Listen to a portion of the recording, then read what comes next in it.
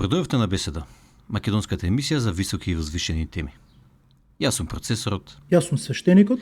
а денеска имаме еден специјален гостин со негов надимак логотворецот.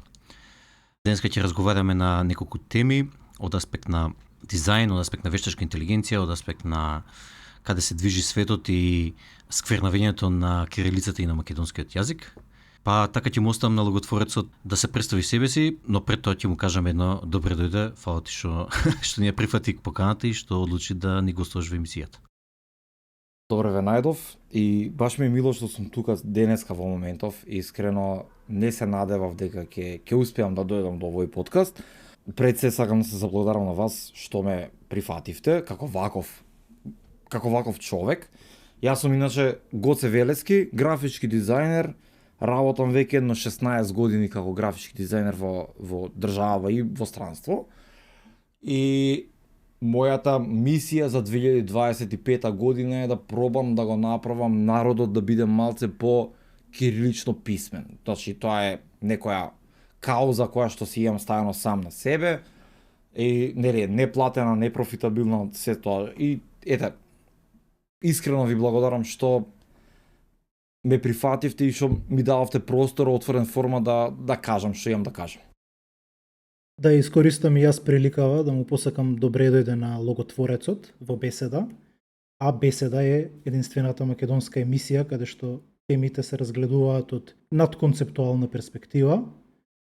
Оваа емисија е трета во серијалот на интервјуа кои ги правиме со личности чие мислење јас и процесорот сметаме дека вреди да биде слушнато.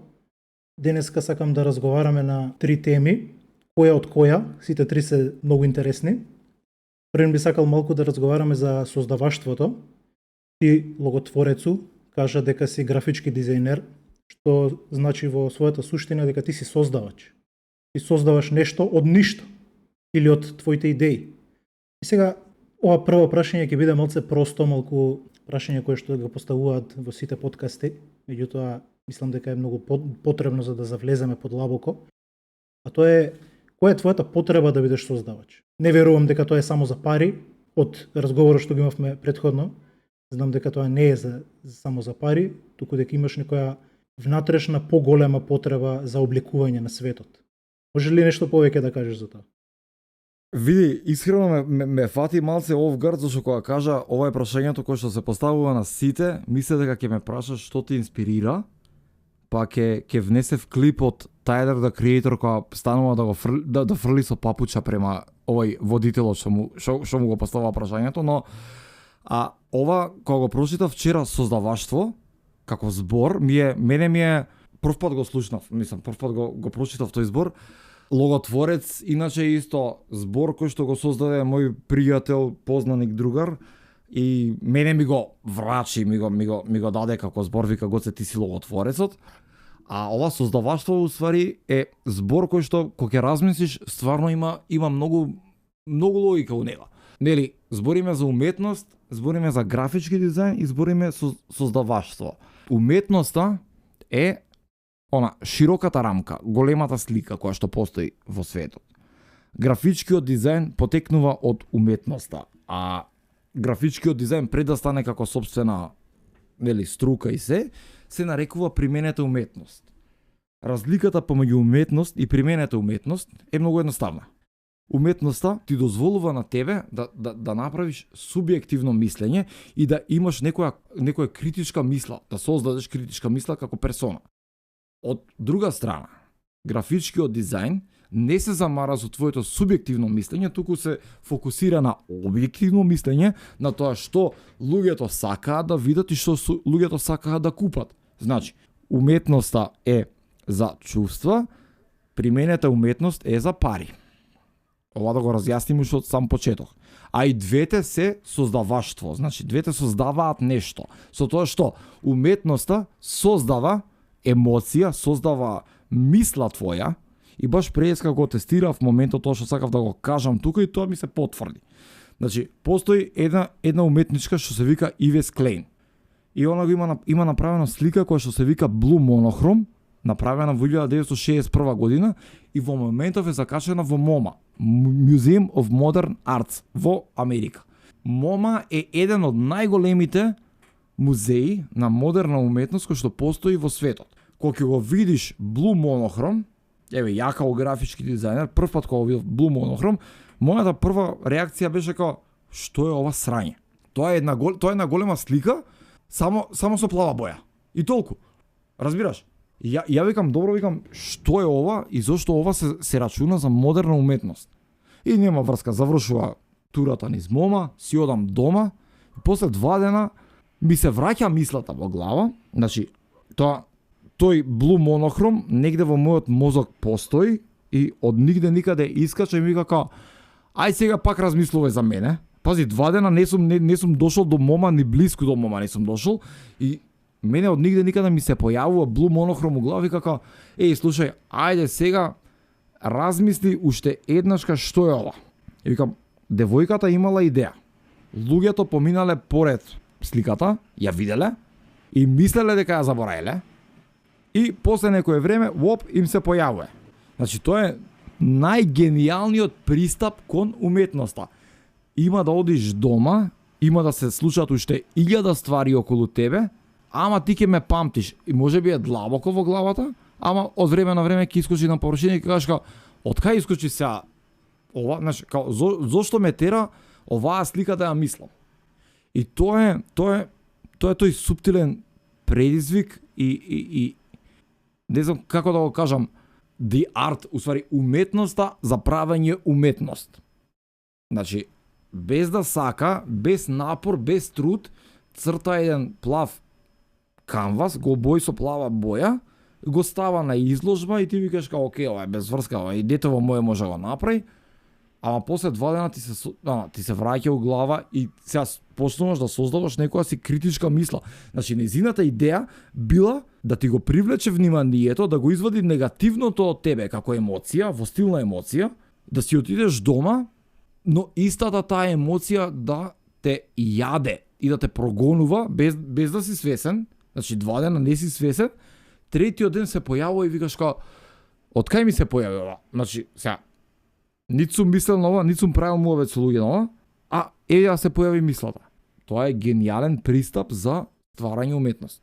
И сега, ако ја покажам сликата на еден човек на друг човек, значи ако ја покажам на баба ми што е дементна, ако ја покажам на другар ми што е механичар, секој ќе даде некоја си друга прва мисла која што му доаѓа на ум. Баба ми ќе рече, глупости.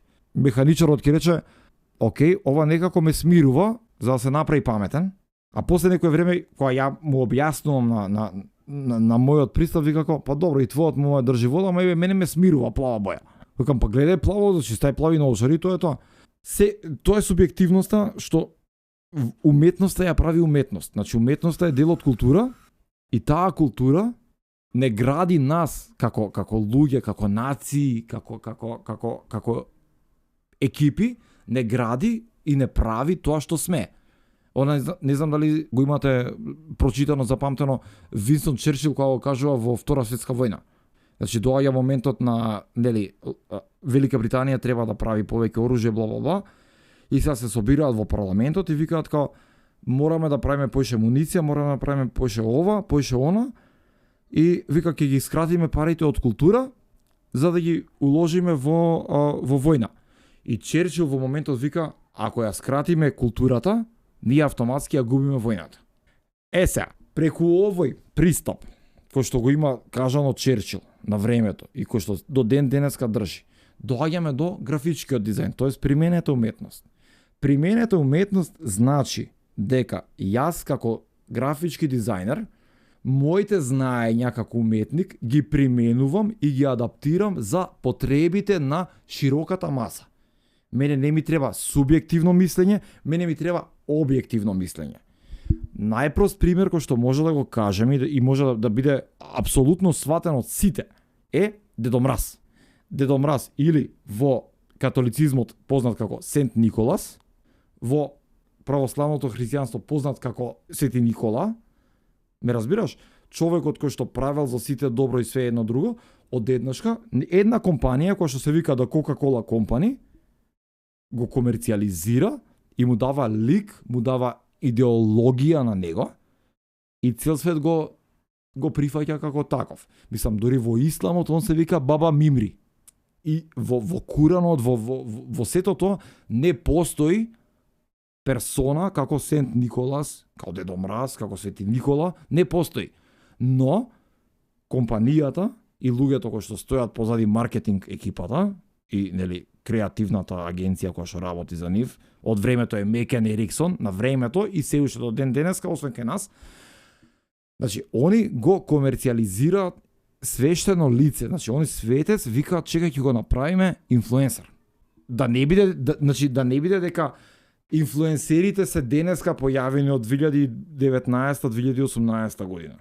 Инфлуенсерството се создава уште од времето. Дедо Мраз постои и му се дава црвена капа, и му се дава бела брада, и му се дава опција да дава поклони, и потоа се градат приказни на база на него, затоа што објективно е прифатен како карактер. Netflixов филм во 2020 година анимиран кој што искочи, Клаус, ја врти приказната на друга страна, демек со поштарот, со едно со друго, ама суштината на крај е таа и толку едноставно.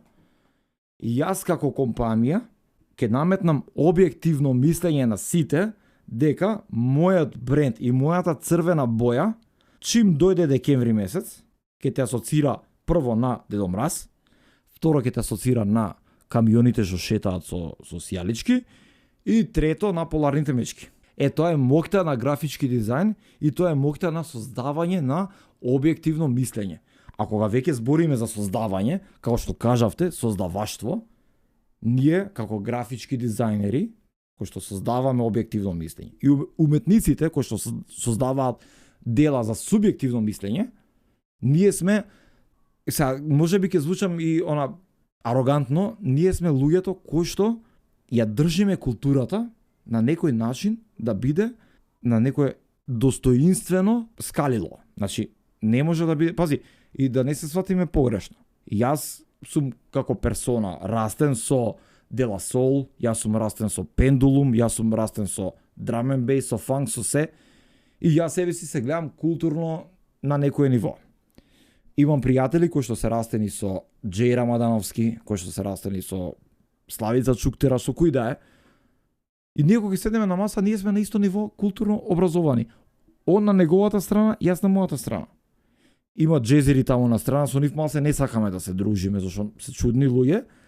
Ама пак, знаеш, културата не значи дека ако јас правам нешто и јас нешто почитувам и слушам, дека само тоа е правилно.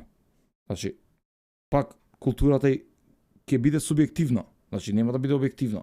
Културно образована личност седи, има свое мислење, има свој стил и свој став, ама таа културна и образована личност не е затворена во прангиите, значи она да биде in the square и да каже као, окей, јас само ова го прифаќам и ништо друго. Вистинска културна личност која што сака да создаде нешто добро, ќе слушне избор од човек кој што слуша Славица Чуктераш, од човек кој што слуша Пендулум, од овој што слуша ваму DJ Марки или кој да е или како и да е. И ќе ги собере сите нивни мислења и ќе создаде нешто кое што ќе одговара на сите.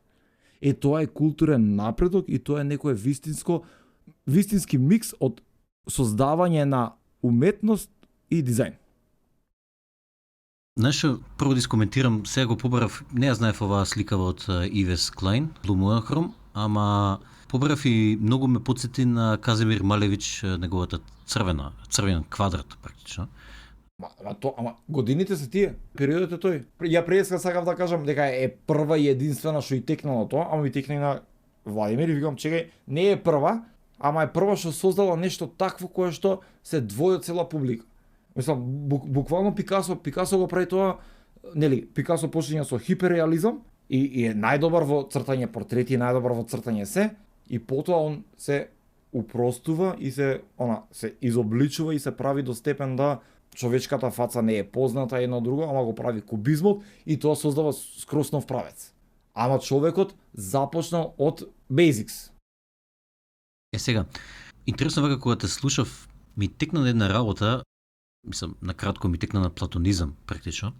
Знаеш, ти викаше, односно кажа, културата ја буткаме сите, практично еден вид на најголем заеднички делител и сега идејата е да се качи тој делител да биде што повисок нагоре, меѓутоа кога ќе ги споиш луѓето што едните слушале кафанска музика, едните слушале драма бейс, третите слушале не знам джез или класична или се едно, дека тука треба да се најде најголемиот заеднички делител, а најголемиот заеднички делител дали мислиш дека е нешто што е слично на идејата на платонизмот на совршените форми, во смисла дека има совршен квадрат, има совршен триаголник, има совршен круг, меѓутоа ние како уметници или создавачи или сеедно се ги имитираме и правиме, се обидуваме да се доближиме до таа совршена форма која што е некаде таму, значи не е тука во светот, меѓутоа постои, можеме да ја препознаеме духовно или не знам како да обяснам, и визуелно и естетски, и се обидуваме да ги имитираме тие совршени форми и заради тоа можеме да се најдеме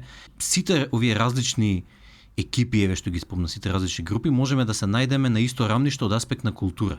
Затоа што сите ги препознаваме тие совршени форми, да речеме, во културата или во создаваштвото. Ама совршената форма како е создадена да биде совршена?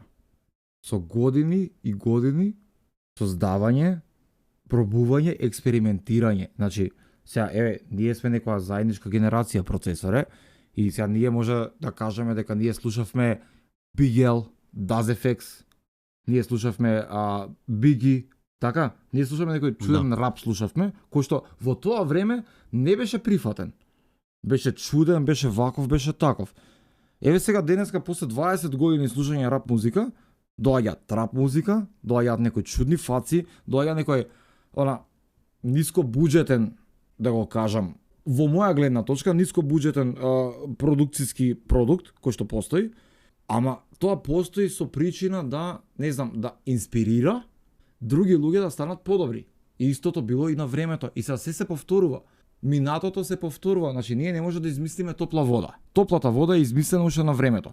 Во моментов постои само млака вода и треба да се појави личноста која што ќе ја загре и ќе рече еве топла вода за сите. Ме разбираш? Значи постои, не знам, сега не сакам да ги навредам некои артисти кои што постојат, дури не ги ни пратам, зашто не мислам, A$AP да ги кажеме некој, таа екипа, кај што, не знам, хгл, знаеш, Mumble rap. Што кажуваш, брат ми? Mumble rap, да. И однешка се појавува J. Cole, кој што ја раскажува прича. И сега јас седам и мене ми течат солзи на J. Cole на како он кажува, како раскажува, викам, окей, постои надеж и постои желба да ова што сме го правеле ние, за кое што, еве, например, ќе кажам дека сме некако приврзани и не сакаме да го пуштиме и да се, не знам, да се предадеме на mumble rap, затоа што вајде имаме два неврони у глава кои што работат. Зашто ббл, значи не функционира тоа, знаеш.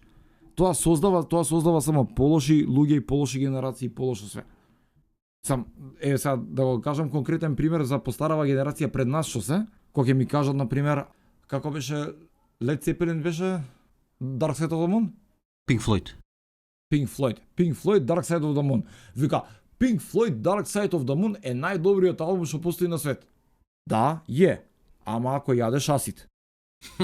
Ако го слушаш трезен, цел албум е безсмислен. Така е и правен. 20 минути соло, брат. Ain't nobody got time for that.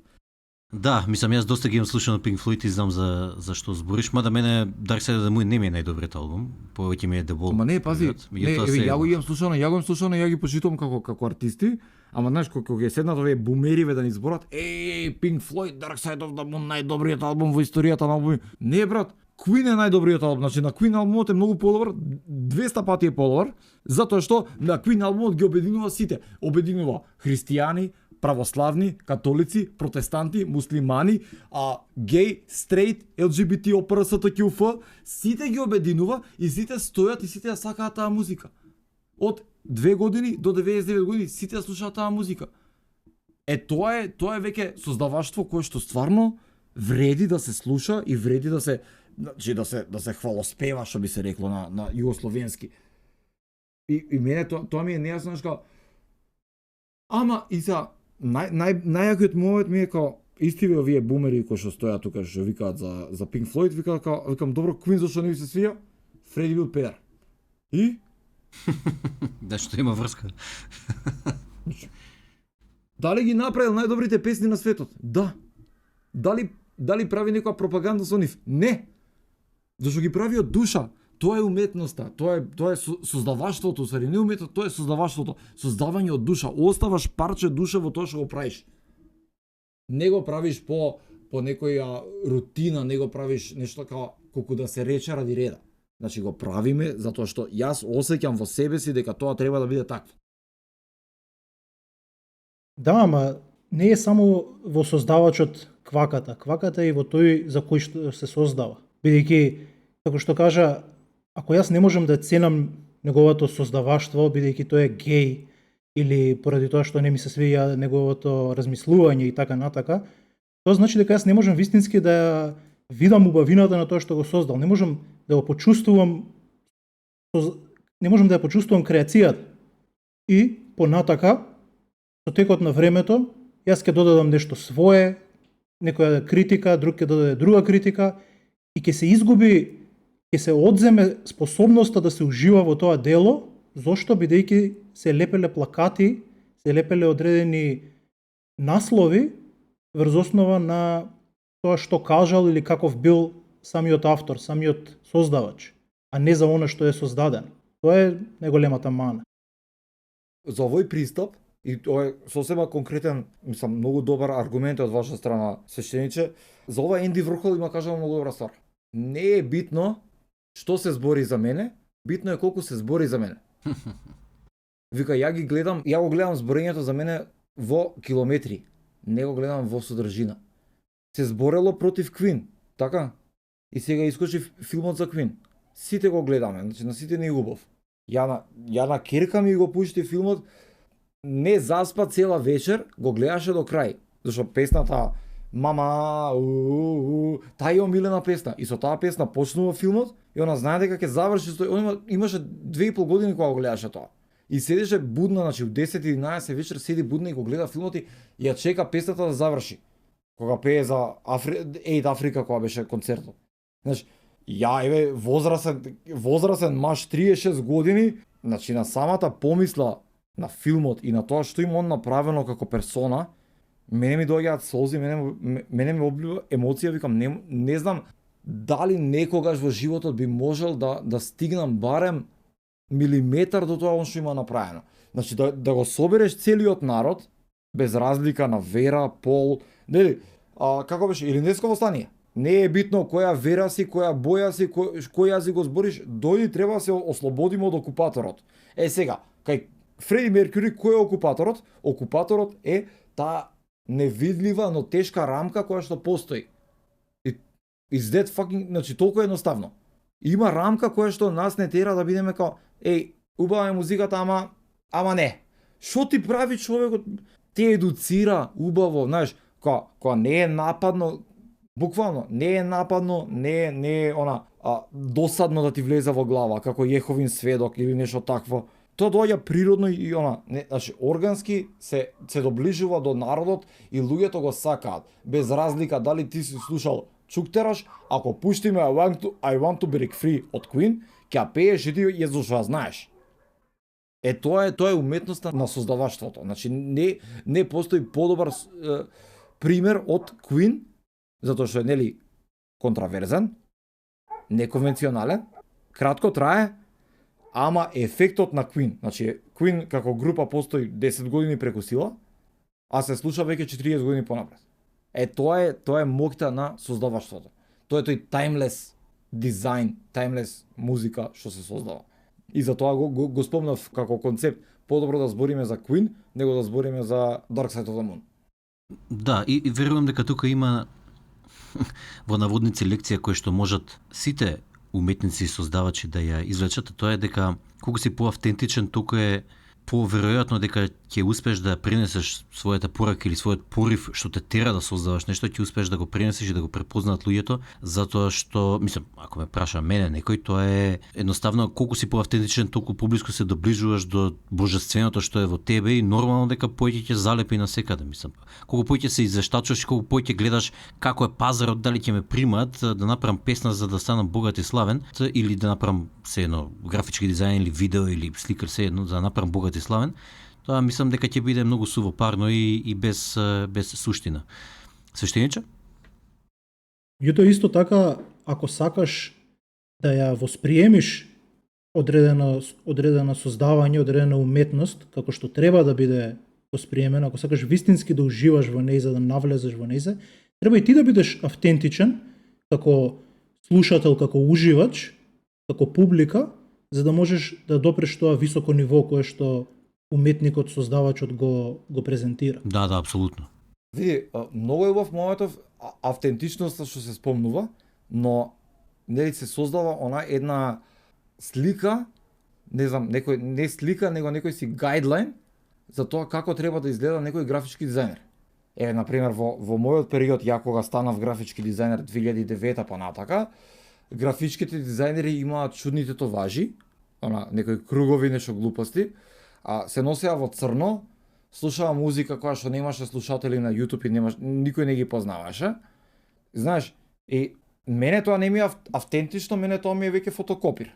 Ја кога станав графички дизајнер, ја бев, не знам, идев по сите журки, премногу на Drum and Bass журки, пиев ракија, се дружев со сите луѓе кои што ги познавав, не носев црно никогаш, идев и на Drum and Bass, идев и у кафани, и кршев флаши од чаша, и се. Ама, дента кога треба да седнам да бидам ја дизајнер, јас сум дизајнер.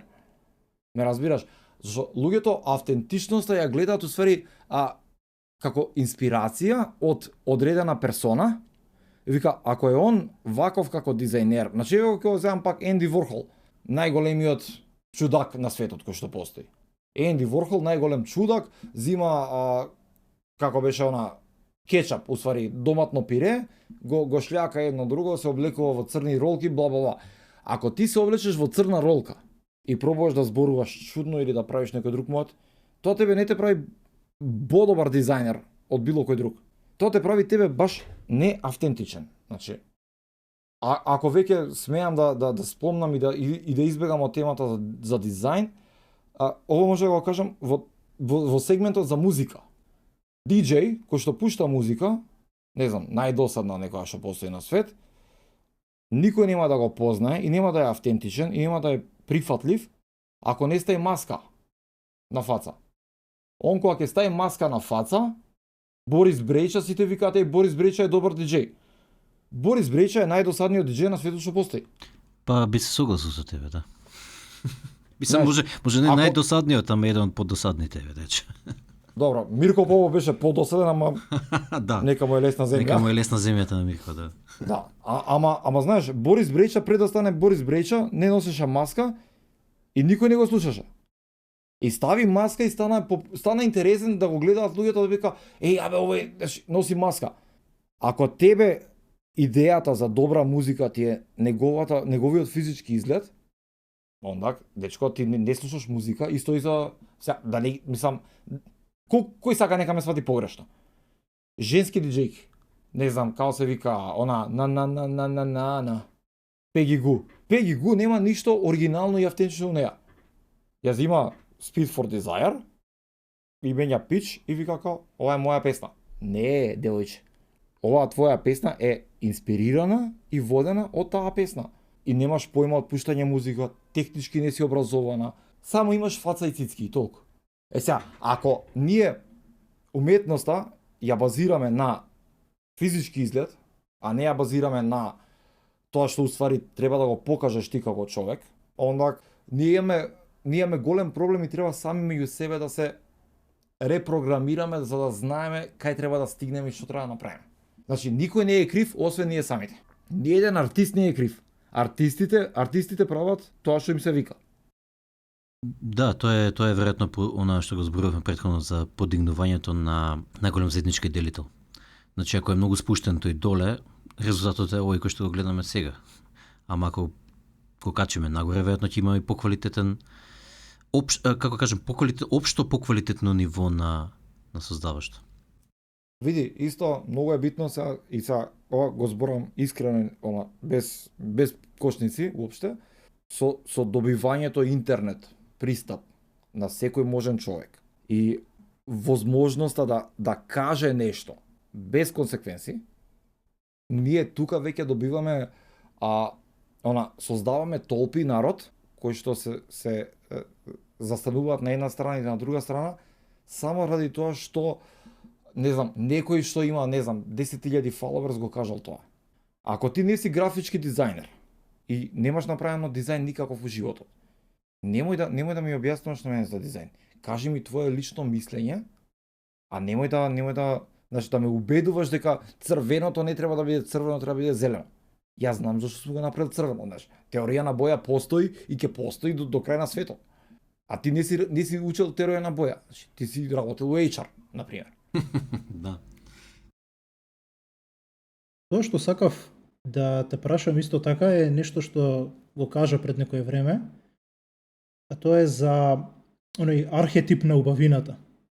Всушност, за нешто да биде совршено, за нешто да биде најдобро што може, требало многу да се мисли на него и многу да се инвестира во него. И јас тука ќе ја спомнам кирилицата, бидејќи знам дека ти си доста вжештен на оваа тема. И сега Кириличниот воин. што е многу добро име исто така.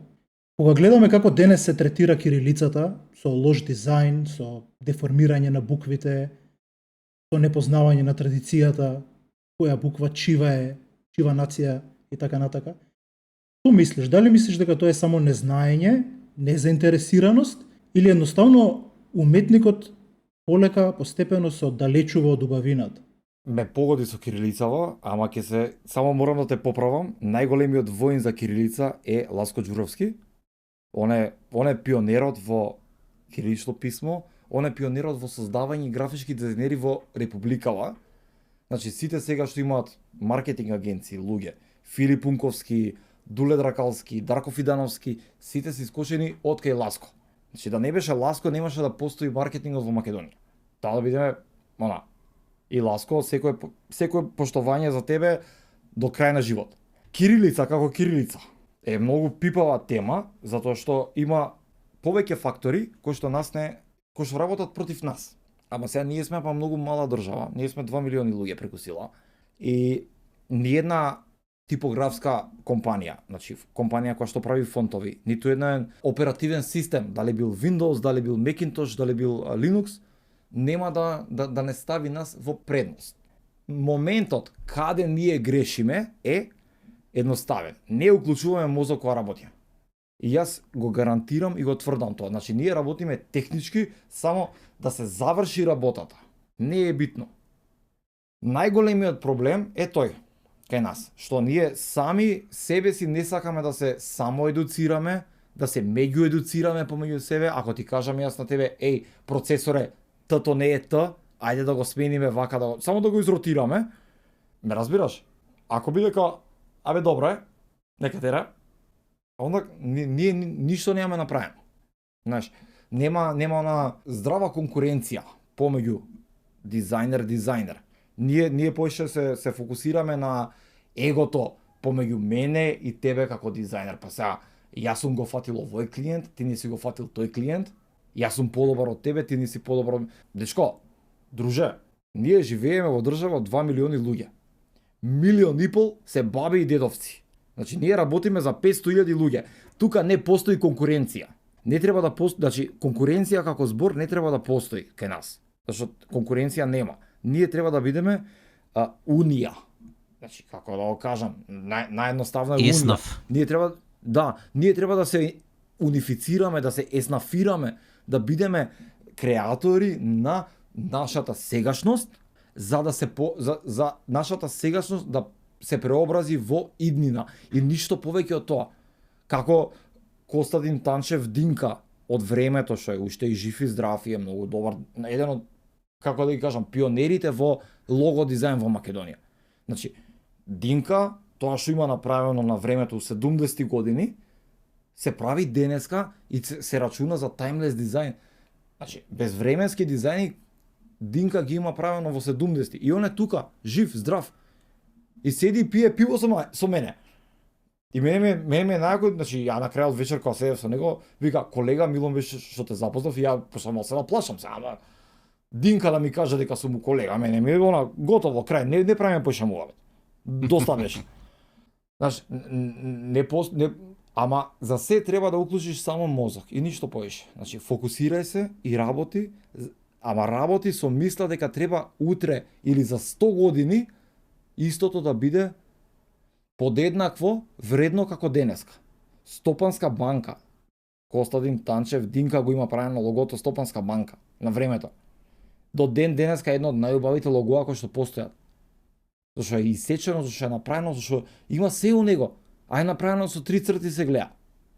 Свегаш, ама човекот размислил на времето кога го правил. Сега сите се заглавени на тоа, на Shutterstock, на вештачка интелигенција, на го видов дизајнот ваму, го видов дизајнот таму. Ја на сите колеги, бивши, сегашни и идни колеги, на сите им предлагам една работа. Ајде кога работиме нешто, ајде да исклучиме интернет. И да видиме до кај сме ние како мозоци. Затоа што интернетот нас не труе и не не труе уствари. Ајде дај да видиме, ние имаме више собрано премногу ствари у глава. Ајде да направиме нешто без потреба на интернет. Значи, ако ми дојде мене бриф за лого дизајн, за не знам, за беседа или за кој да е клиент, ајде да седам да го прочитам прво брифот. Па од брифот да ги извадам клучните зборови.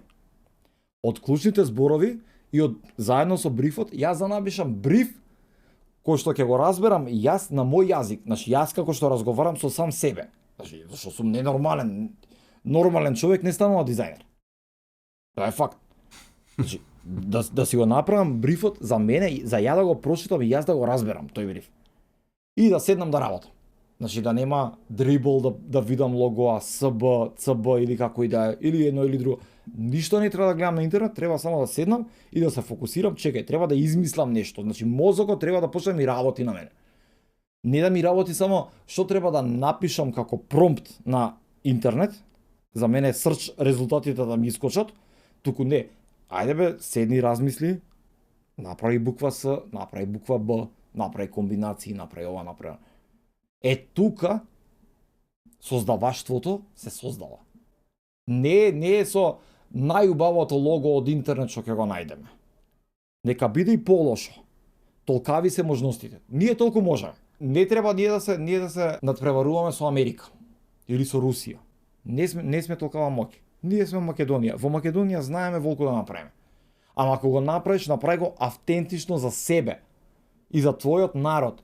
Не го прави за американци, зашто ниту еден американец нема да ти го купи тебе кетчапот. Ме сваќаш? Ќе го купи Здравка, Снеже, ово, тие ќе го купат. Значи, не го прави за Џон, го прави за Славка. И кај нас тоа не се разбира. Кај нас вика како, ќе направиме најбољи дизајн. Ама за кого го правиш? Ова мене ме потсети на, мислам, две работи спомна. Ова последнава што ја кажа, и претходно нели разговарахме околу автентичноста и околу за кого се прави сето тоа. Јас би рекол дека е тоа спој помеѓу автентичност и помеѓу обидот да се достигне максимален квалитет, ама онака искрен максимален на квалитет. И тоа што рече, добро е да се исклучи интернет и да се видиме до кај ни е мозокот. Тоа апсолутно важи, мислам, тоа важи и за создавање музика, тоа важи за создавање текстови, затоа што вештачката интелигенција како ChatGPT или како такви работи, и општо интернетот едноставно ти влегува во мозок и не ти едноставно ти ја прекинува можноста да воопшто можеш да размислуваш и да создаваш нешто ново, зашто ти се населува во мозокот и ти ја полни главата со глупости. А па да не кажам антисоцијални мрежи како што ќе кажам. И уште една работа ќе спомнам, она што го кажа претходно за тоа дека треба да има еден вид на заедништво, особено кога се работи за некои културни проекти како зачувување на кирилица или промовирање на нејзината употреба. Јас би ги споредил тука, бидејќи ја повеќе сум се занимавал со музика, би ги споредил тука сцените на Jungle и Drum and Bass и Транс. Знам дека Jungle и Drum and Bass сцената едноставно после некој време се распадна целата и баш заради како кажам наровот што го има повеќето луѓе дека треба во конкуренција да бидат таму како создавачи и сите си подметнуваа нешто и така натаму. А од друг аспект, например, со години ги гледав трасериве кои што меѓу себе работеа и заради тоа сега се успешни и настапуваат и во Израел, настапуваат и во Америка и секаде сите заедно си седат, си пијат раки и така натаму. Значи, ете еден жив пример од друга, како кажам, од друга област, кој што го кажува како треба да се настапува, како што викаш ти, ние сме малку луѓе, 500.000 луѓе сме, не сме повеќе од тоа и треба да бидеме заедница, треба да бидеме еснав, а не да си подметнуваме сите и цело време, како кажам, цело време во некоја спрега конкурентна да се надпреверуваме меѓу себе, онака по секоја цена. Убаво што го спомна, значи музиката што ја спомна ти е баш еклатантен пример за тоа како ние функционираме. Јас и ти процесоре се знаеме уште порано. Денеска ево конечно се видовме, усвари така дојдовме до заклучок дека се знаеме. Drum and Bass-от имаше 14 диџеи во Македонија. 19 меѓу себе не правеа муабет. Точно така, да. Значи, имаш Капанан, имаш Кастро и сега меѓу себе се јадат, а трансерите што ги спомна, прави журка во стара железничка, во тоа дупката доле, и он од Гевгелија се фатил до Скопје, цело друштво се собрале со воз, дошле у Скопје на журка. Зошто? Затоа што они се заедно. Ние као Drum and Bass заедница, ние требаше да правиме да газиме тука момента. Значи не Цоне, не Side One, Euphorix, од Србија само ги зборам диџееве што доаѓаа. Значи Рахмани и едно друго. Ја кога отидов да живеам во Белград, Рахмани ми збори као демек, овој ми збореше за овој диџеј вака и вака лошо. Викам, брат, што е муабето? Значи, не ми се верува дека меѓу себе сами се уништуваме. И пази, филмот Само уништување е само перфектната слика за нас. Колку и ние да го мразиме, колку и онда е вулгарен, значи непријатен за гледање, тоа е реалноста. И ако ние не можеме да ја прифатиме таа реалност, значи ние сакаме да живееме во Делулуленд, и истото да ни биде као, окей, знаеш кој е крив? Некој си тамо и тамо и тамо и тамо и тамо. А не, увек сме криви сами себе. Ја тоа го викам секогаш. Савајле, разбуди се, погледни се во огледало и кажи што лошо си направил вчера. И биди денеска подобар. Точно така. Тоа ти е многу добра филозофија. Затоа што тоа е единствениот начин како да се расте и да се созрeva. Најлесно е да кажеш дека некој друг е крив. А најтешко е да си признаеш дека ти си крив за се. Знаеш, ако живееш во таа делузија дека сите се криви, само ти не си крив, имам лоши вести за тебе. Добро, можеме да преминеме кон третото прашање кое што баш сакам да видам што мислиш за тоа. А тоа е за вештачката интелигенција.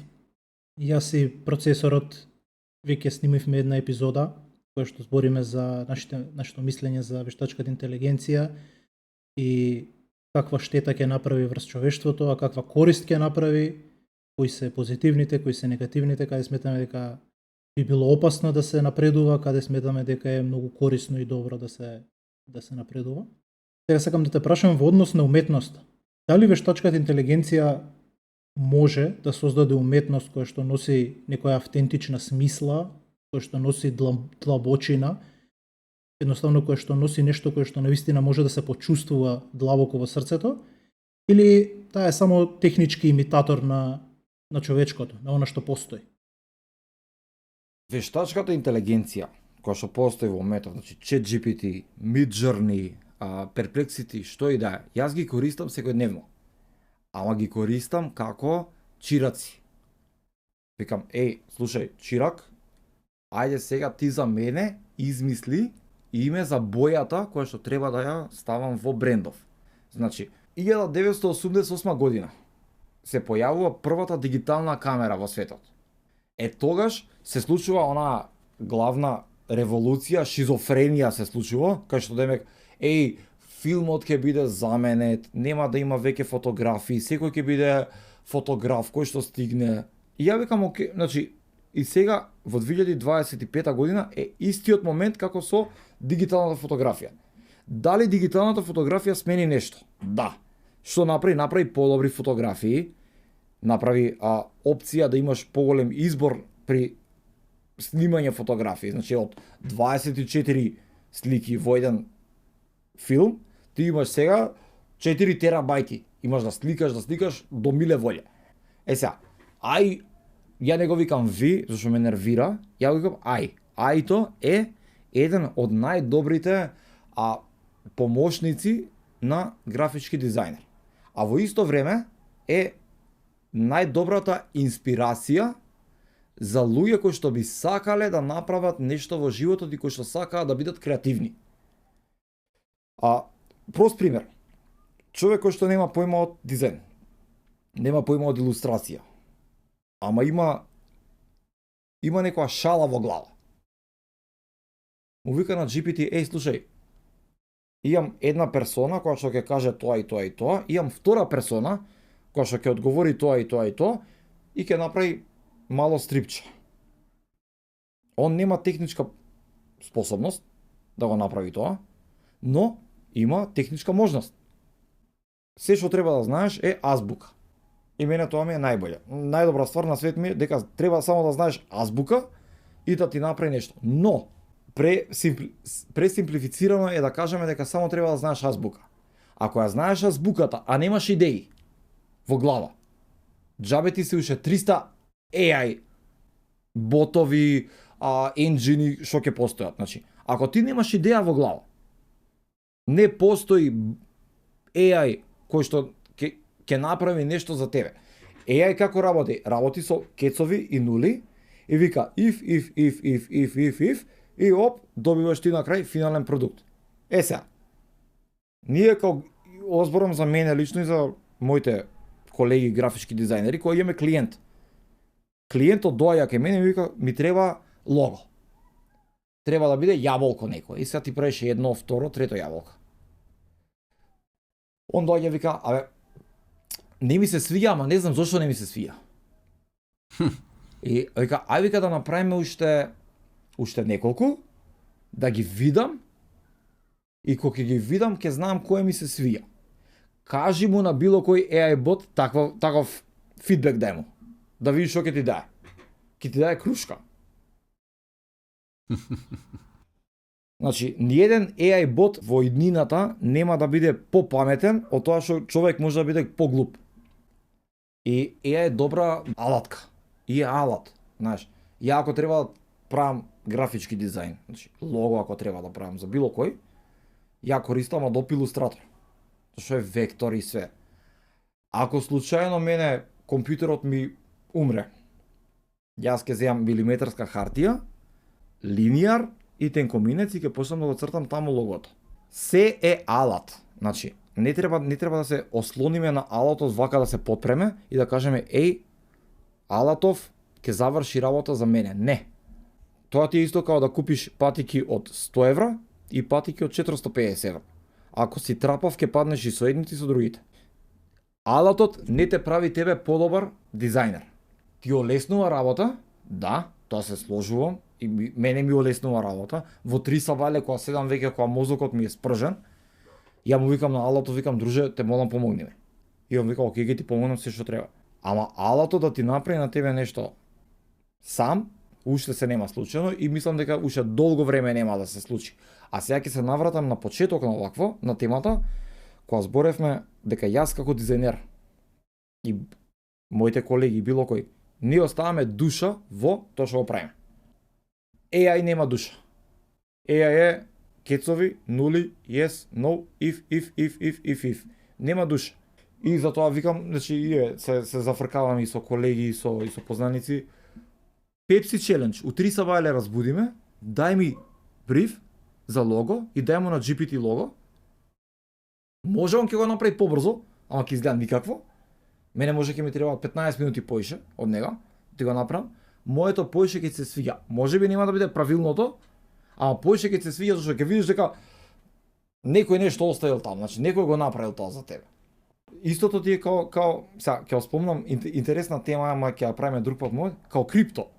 Ако вложиш пари во крипто и после некој време малце пораснат и ги извадиш, ти си среќен. Ако вложиш малце пари во некој шиткоин и едно друго и одеднаш кога тоа има некој памп и ти ги извадиш тие пари, тие пари што се од шиткоинот не ги вреднуваш како овие од биткоинот, така? Затоа што не си се потрудил, не си се испотил за овие пари да ги направиш. Истото е со AI. Исто и со лотаријата. Нема ни еден човек од лотарија кој што останал богат од која добил лотаријата. Зошто? Бидејќи не може да ја вреднува. Нема душа тие пари за него. Тие пари се дојдени од нигде и ќе отидат нигде. Како дошле, така си отишле, мислам. Стара поговорка е таа. Ако ја ги заработам со труд и се испотам и се изнервирам и се расплачам, разборам со клиент, кој ќе ми ги даде он на мене парите, ја тие пари ги гледам као све. Значи тоа е значи blood, sweat and tears паднал за тие пари. Ако ми паднале од небо, у тоалет ќе отидат и готово. Не ли мислиш дека има еден проблем со потенцијалните муштери, односно оние кои што треба да ја препознаат твојата, како да кажам сега, ги барам зборовите, твојот внес во тоа дека мојот занат и занает, ама и внес креативен како создавач, знаеш, како нешто, еве како што викаш ти, и крв и пот и солзи сум вложил во тоа, и сега, знаеш, проблемот е кога имаш неедуцирани, неискусни, да речеме, муштери или потенцијални муштери, кои што ај ми Джорни направи ми лого и ќе му направи и ој, бидејќи не препознава што е тоа, каде што ти како логотворец си влегол убаво, знаеш, си се вложил во тоа, едноставно не му е гајле на него, ова ми изгледа добро, ајде нема врска, и ќе му го направи, ќе го земе, ова е доволно, ќе ми помине, и едноставно после тоа тебе нема да се јави, заради тоа што мисли дека добил нешто квалитетно, не добил нешто квалитетно, ама не знае. И нели мислиш дека тоа е проблем во потенцијалната клиентела во наводници и дека се поголем проблем ќе станува затоа што се помрзливи ќе стануваат и ќе сакаат се повеќе да добијат за се помалку и најлесно ќе им биде едноставно Midjourney направи ми или Gemini направи ми лого, добре, теде. Види, не ми треба таков клиент. Искрено.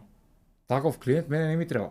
Ако клиентот себе си не се вреднува како бренд, и го зборам цело време, ако клиентот мој го видам дека има iPhone најнов од 1300 евра во джеп, а за логото мисли дека треба да плати нешто како пари за кикирики, ти како клиент мене не ми треба, зашто ти сам себе си не се почитуваш прво. И сега твојот ентузијазам за создавање бренд, што сакаш да биде, значи да ги сотре сите, и пак ќе спомнам конкуренцијата, ќе дојде некој тука скопјанец и ќе ми каже: "Еј, сега ќе направам некој бренд и ќе ги затворам сите и Кока-кола ќе ја затворам." Кога ќе затвориш, бе друже? Кој си ти? Ме разбираш? Да. Ти доаѓаш сега тука со iPhone-от и вака стоиш и сега ќе правиме ова за лого и ќе правам, ја ќе ти дам некоја сума, скупо. А 1300 евра за телефон не ти е скупо, а? Сега ти сакаш да кажеш дека твојот телефон, твојот девајс, чини повеќе од твојот бренд кој што треба да ги затвори сите други компании у Македонија. Веќе ти имаш проблем во главата и мене таков клиент не ми треба, не сакам да разговарам со тие луѓе. Мене ми троши време, а времето ме кошта пари. Ова Масимо Винјели го има кажано многу добро во документарецот за него. Вика, добрите клиенти носат подобри клиенти. Лошите клиенти ти носат уште полоши клиенти. Вика, подобро да имам 5 добри клиенти годишно, него 30 лоши клиенти. И тие 30 лоши клиенти што ќе платат поише пари, нека, сполајти, не ми требате. Значи, ова ти го зборам од италијанец кој што си има мигрирано во Америка и кој што во Америка го има создадено оној subway системот, значи подземниот систем на возење, мапата има нацртано, ги има описменето Хелветика има дадено како фонд. И сега сите subway, сите автобуски станици се е со Хелветика затоа што некој италијанец дошол таму на брод Голтар и сега е икона не во американски дизајн, во светски дизајн. Ама човекот стоел на тоа, вика, ја боле да гладувам него да имам неубави пари. Да, има една поговорка нашиот народ која што гласи: сиромавиот плаќа два пати. А тоа сака да каже дека ако сакаш да заштедиш со тоа што ќе намалиш на квалитет, после тоа на крајот ќе испаднеш да платиш повеќе на крајот. И тоа има голема вистина во тоа. Секогаш треба да си насочен повеќе спрема квалитет него ли спрема квантитет. Иво Лауренчич покоен, еден од пионерите во македонскиот маркетинг и адвертајзинг и дизајн општо, Идеја Плюс агенцијата оние има основа кај нас. А за тие што не знаат, сакам Скопско. Аха, ми текнува на кампањата. Тоа е негов слоган. Тоа е негов слоган. 91 година. Сакам Скопско. Значи, just do it, ама за пиво. Сваќаш? Инспириран од него, во 2013 година ја го направив едно е Скопско. И он има една реченица што вика: нормално вика дека ова ќе кошта. И ќе кошта многу. Ама на крај кога ќе се заврши, ќе сватиш дека вреди. И тогаш не кошта ништо. Точно така. Не само што не кошта, ти се враќа сето тоа што мислиш дека кошта. Ама види, ако ти сам не си го почитуваш својот бренд и не си го цениш, зошто мислиш дека ја ќе дојдам или ти ќе дојдеш или ти се члени ќе дојдеш и ќе го купиш брендот? Ако сам не си го почитувам, ако сам не го вреднувам, значи ако направи или еве интересна анегдота ми е од диџеј Шваре ова, пак за музика ќе свртиме. Шваре ми кажува, вика, идам у Кичево, тоест ми се јавуваат од Кичево да пушта музика. Ека, колку пари бараш Шваре? Вика, барам 600 евра. Ај, добро, скуп си. И вика, за 2 недели ми се јава, вика, да намалиме цена. Вика, ај, вика, добро, ај, ќе дојам за 400 ќе пушта музика. И вика, он не вика, ќе дојде диџеј Шваре да пушта музика. Не вика, ќе дојде диџеј што кошта 400 евра да пушта музика. А Да. името на Шваре кошта многу повеќе од тие 400 или 600 евра. Сваќаш? И сите го знаат Шваре, а вика не, вика ќе дојде човек што пушта музика за 400 евра. Ако ти сам својот бизнис не си го цениш, не си го вреднуваш и не сакаш да напреднеш, немој да очекуваш дека од нигде никаде ќе паднат од небо и пари, ќе падне и успех и слава и се. Значи, на кратко не веруваш дека вештачка интелигенција ќе те замени. Никогаш. Никогаш. И во секој момент сум спремен да седнам, да се борам против вештачка интелигенција, мислам да се борам, као ја да направам дизајн и она да направи дизајн, затоа што пази, она користи дизајни кои што се веќе направени. Она користи и мои дизајни. Значи алгоритамот пребарува и ги наоѓа моите дизајни на база на моите дизајни и на уште илјадници дизајнери, она создава нешто измеѓу. А јас ќе го направам тоа што те слушам тебе, ти што ќе ми кажеш.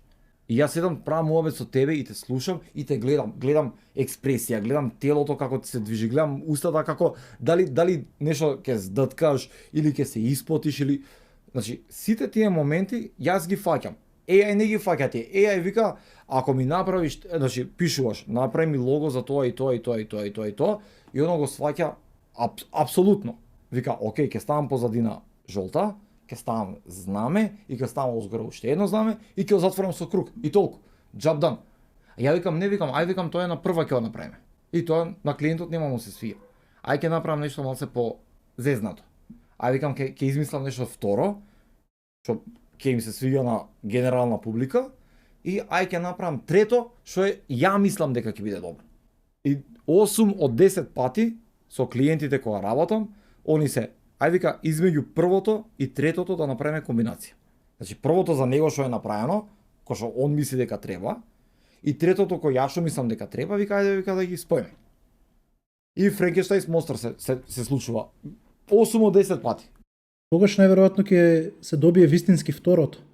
Тоа кое што ќе им се допадне на поголемиот број на луѓе. Магијата помеѓу првото и третото. Па, види, второто што го правам претежно е, знаеш, го гледам пазарот, ги гледам рафтовите конкретно, ако збориме за food, drinks, бла, за тој аспект, ги гледам рафтовите во маркети и гледам дека сите изгледаат исто. Значи, и најскапиот продукт е healthy продукт и најефтиниот healthy продукт изгледаат исто. И ова Бринер го направи кај нас првпат во Македонија, што се бореше со Виталија. Значи Бринер направи црна етикета. И овој ми вика, значи тоа беше борба. Вика, абе како вика црно, знаеш, значи смрт, значи нешто неубаво. Вика, да, ама од бели етикети со розови детали или со зелени детали, цел рафт е полн. А вика, ние ќе го ставиме црн и ќе биде со лакирана боја, со вака, со така, и ќе се двојна пулт. И гледај како сите ги зимаат тие пакувања, него обични овие, како се вика, не ораховица, со мед што беа оние. Да, како гранола, на такви мислиш? Граноли со мед. Да. Да. Е сега, овие се истите состојки се и во едните, и во другите, и во третите. Ама они го бираат црното затоа што сите изгледаат исто, ова се двој. И направи го така, направи да се двој. Или на крај крајва, ризикувај бе, направи, пробај. Сега, ќе кошта пари, ама пробај. Или ќе добиеш многу пари, или ќе изгубиш некои пари, па ќе инвестираш после. Абе, има и голема вредност и во да се биде храбар и да се биде посебен, тоа е. Секогаш. Мекен Скопје во 2008 година него зема канскиот златен лав за џабе. Значи, кога никој од Македонија немаше земено Кански лав за маркетинг, тоа ти е како Оскар за филмови, значи Мекен Скопје направи биди храбар, провери си ги. И имаше ставено 2 јајца и рака вака што е свиткана. И никој не веруваше у рекламата. За рак на тести си, пази, машко здравје е нешто што не се збори за тоа воопште. И сега овие викат, чекај ќе го направиме вака, и го направи, и стварно зема златен лав.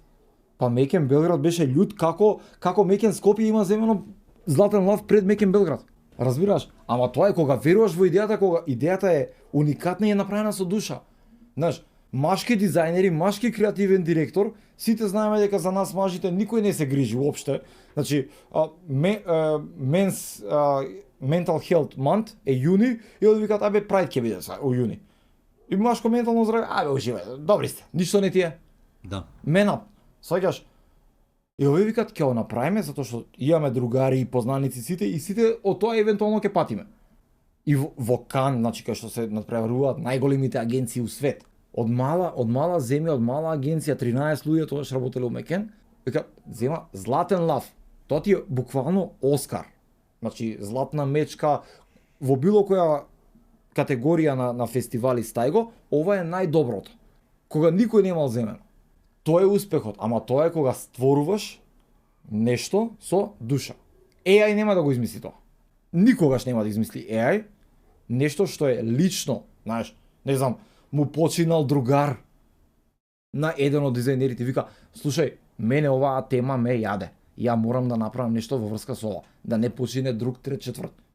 Емоционалниот пристап кон дизајнот, кон културата, кон уметноста никогаш нема да биде заменет, ама никогаш. Од ниеден компјутер, од ниеден партиски определен човек. Сеќаш, никогаш нема да не замени нас и затоа јас седам и сум гласен и можеби пцујам премногу кога се борам за кирилицата, затоа што тоа е последното нешто што остана наше. Името е сменето, идентитетот е сменет се и имаме кирилица наша и не ја користиме. И после са политички се влагаме она I won't get political, али после 5 пива после тоа Бугарија вика вие сте наш народ. Нормално ја користиме вашата кирилица. Еве ти најбољи аргумент Бугарија да каже вие сте наши. Вие користите бугарска кирилица. Да, а нашата се разликува од нивната, таа треба да ја користи. Они немаат Ј буква. Например. Ама и тото е различно, нели? И Тото П-то, да, тоа. Да.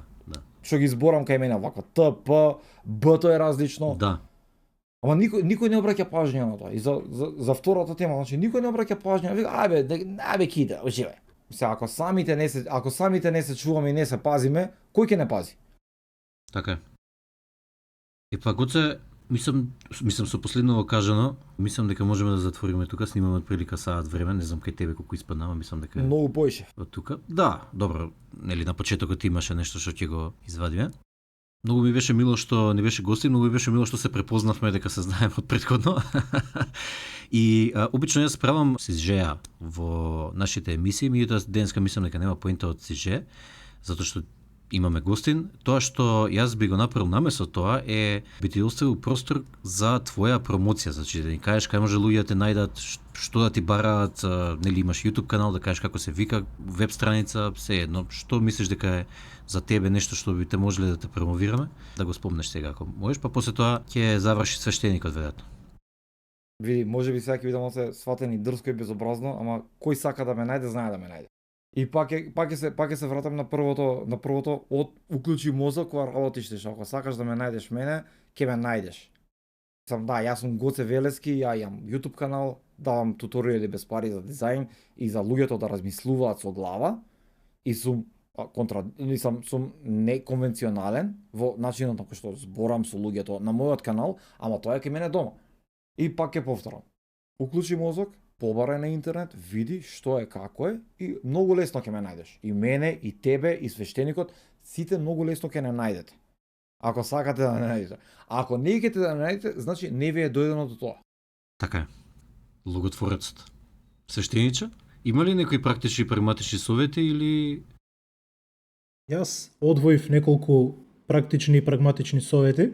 Тоа се од првата тема, мислам дека главниот заклучок е дека уметноста зависи од уметникот, од создавачот и оној кој ја восприема креацијата или созданието. Значи тоа е комбинација, тоа е унија. Колку поголема автентичност имаат и едниот и другиот, на толку повисоко ниво ќе го почувствуваат созданието. После тоа, колку повеќе инвестирање и фокус внесеш во една креација, толку поголема вредност ќе има таа.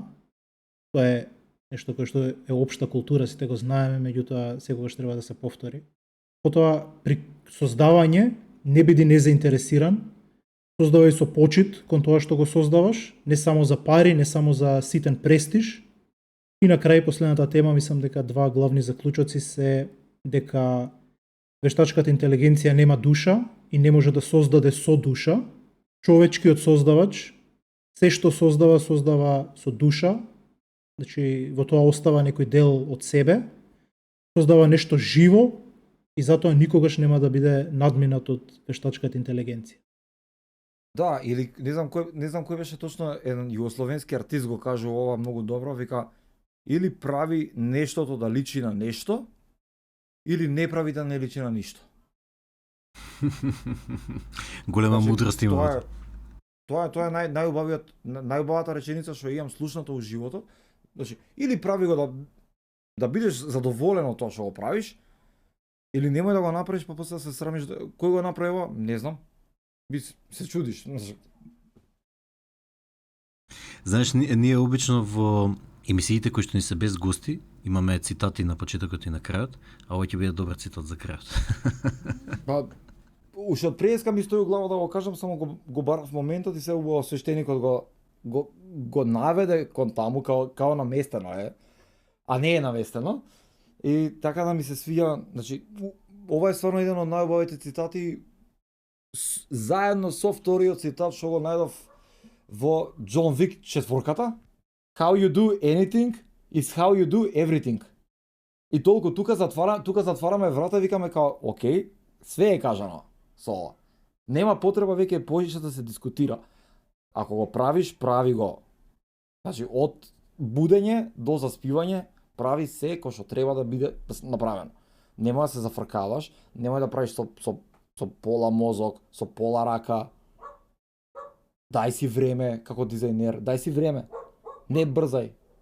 Имаш време, каде? Значи, ја 16 години работам и уште дознавам ствари кои што стоеле пред мене. Разбираш?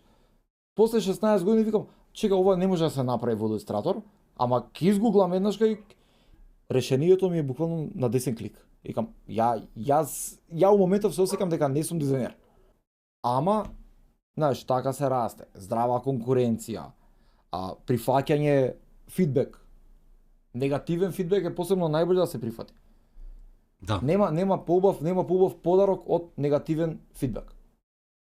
Тоа е зашто на некој му значиш и одвоил време во денот да се посвети на тоа што си го направил и да ти каже што не чини у тоа.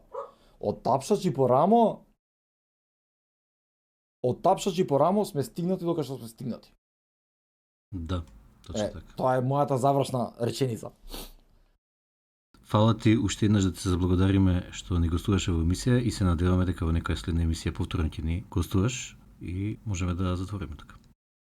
Секогаш, дечки, фала ви што постоите, фала ви што создавате и до следно видување, имајте убав ден.